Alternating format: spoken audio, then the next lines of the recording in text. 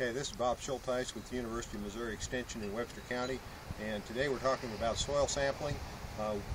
If you want to keep your plants healthy, the idea is to keep the soil healthy, and if you keep the soil healthy, it will take care of the plants for you and minimize a lot of the other problems that plants typically have. To take a soil sample, in a lawn type situation, we want to sample 4 to 6 inches deep. Typically 4 inches in an existing lawn, 6 inches deep if we're going to establish a new lawn.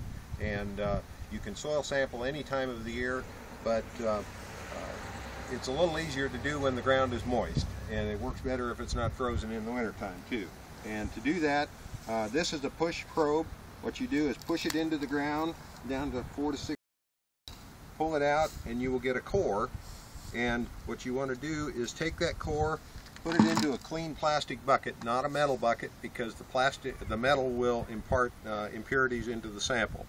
And repeat this process in various locations, at least 12 to 15 locations around the yard if you're doing a lawn, and that way you get a representative sample of what's going on in there. Once we get another option, if the ground is harder, we can use an auger and auger it into the ground. When the soil is really dry, it tends to fall off of the auger, and so one way to solve that is take a plastic container, put a hole in the bottom of it, set it down where you're going to sample, and drill through that, and that way you won't lose the soil that you're trying to sample. Pull that out, and your soil will stay in the bucket. Dump that off. Again, repeat that process in 12 to 15 places around your yard, and once you get that sample done, blend that soil together so that break down any of the pieces that are in there. Any of the organic matter, you can take that out, or the plant material and so forth, remove that. And if the soil sample is wet, like this is,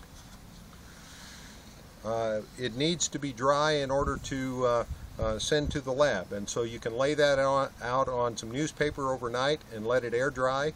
And what the Extension Center needs is about 2 cups of this material. Bring that in. You can bring it in any kind of container that you have. Plastic bags, paper sacks, whatever's handy, and bring that in. We will ask you some questions about what you want to grow and what is currently growing out there, and from that we will make recommendations, or we will send that off to the lab.